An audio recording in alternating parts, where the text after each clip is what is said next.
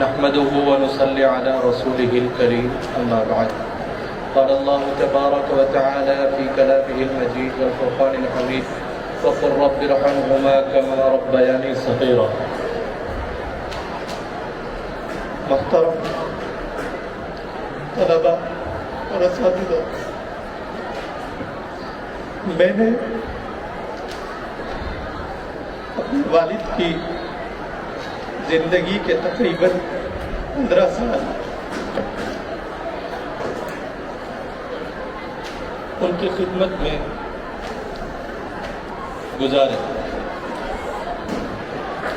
یعنی جب میں عربی اول میں تھا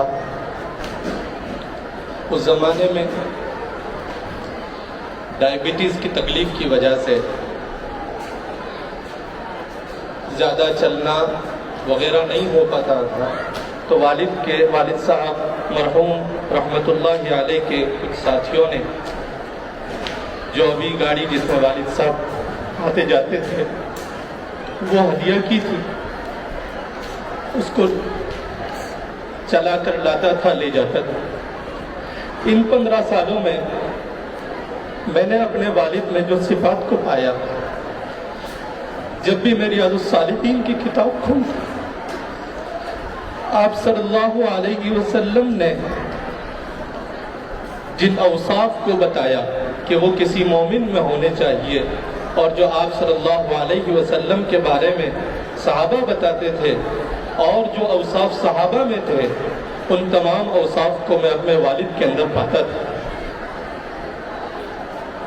میں نے اپنے والد سے بارہا سنا ہے کہ جب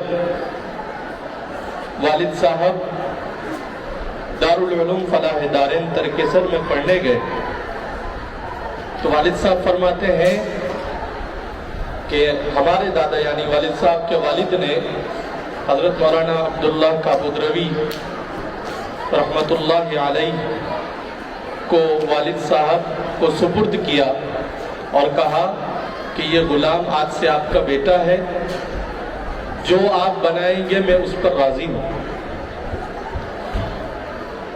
یہ ایک والد کا اپنے جس ادارے میں وہ اپنے بیٹے کو داخلہ دلوا رہے ہیں اس محتمم پر اتنا بھروسہ کہ انہوں نے یہ کہہ دیا کہ یہ غلام آج سے آپ کا بیٹا ہے.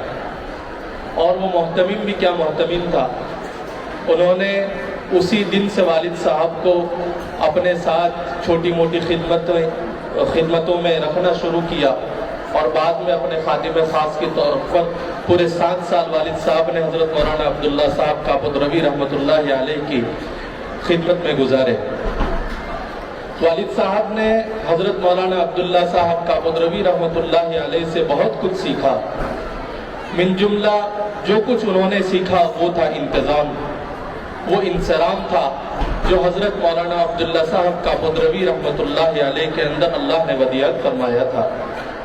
والد صاحب نے چونکہ والد صاحب دارالعلوم فلاح دارین کے اولین طلباء میں سے تھے، تو آپ نے ایک مدرسہ بنتا کیسے ہے، ایک مدرسہ چلتا کیسے ہے، ایک مدرسہ زیرو سے کیسے اوپر آتا ہے، وہ آپ والد صاحب مرحوم نے حضرت مولانا عبداللہ رحمۃ اللہ علیہ کی صحبت میں رہ کر سیکھا.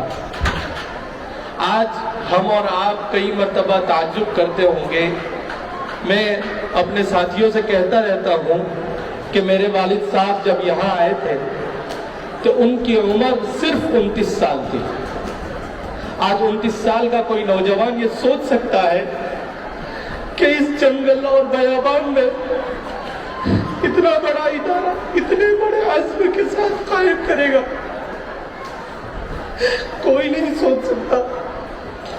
صرف اور صرف یہ ان کے اساتذہ کی دعائیں تھی اور ان کی صحبت کی برکت تھی، جس کی وجہ سے آج ہم یہاں ایک اتنے بڑے طلباء کے مجمع کے سامنے والد صاحب کے محاسن کو بیان کر رہے ہیں. میں اور آپ سوچ نہیں سکتے کہ 29 سال کا نوجوان جب یہاں آیا ہوگا اس کے ذہن میں کیا ہوگا. اس نے اس عظیم ادارے کے بارے میں کیا سوچا ہوگا؟ اللہ نے اس اخلاص کو کس طرح قبول کیا کہ آج ہندوستان بھر کے چپے چپے میں قرآن کی صدا کو انہوں نے بلند کر دیا۔ میرے بھائیوں، میرے والد صاحب، ایک تو ان کی صفت سیکھنے کی تھی کہ جو کچھ بھی نیا ملے اس کو سیکھنا ہے۔ میں اتنے سال والد صاحب کی صحبت میں رہا، جہاں کہیں بھی جاتے، حتیٰ کہ اسپتال میں جب جاتے تو مجھے کہتے، کوئی اچھا اسپتال ہوتا تو مجھے کہتے یہاں پر بھی سب ہاسپٹل میں بہت اچھی ساری چیزیں ہیں، آپ اس کو دیکھو، سیکھو، ہمارے یہاں بھی کچھ اس طرح ہونا چاہیے۔ یہ وہ صفت تھی کہ جہاں بھی جو چیز اچھی ملے وہاں اس چیز کو اٹھا لینا ہے۔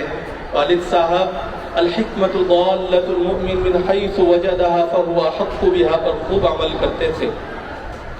اسی طرح والد صاحب کے جو اساتذہ تھے، انہوں نے والد صاحب کی تربیت ایسی کی تھی۔ حضرت والد صاحب حضرت مولانا احمد بیماد صاحب کے بارے میں فرمایا کرتے تھے کہ ہمارے حضرت کا کوئی سبق ایسا نہیں ہوتا تھا جس میں حضرت علماء دیوبند اور اکابر کا تذکرہ اور ذکر نہ کرتے ہوں۔ یہی وہ وجہ تھی کہ جس کی وجہ سے والد صاحب کا اکابر کے ساتھ اتنا زیادہ تعلق بڑھا اور بڑھتا گیا، یہاں تک کہ میں نے جو سنا ہے کہ جب عقل کنواں جو ہمارا اتنا بڑا ادارہ ہے، جب اس کے قیام کا وقت آیا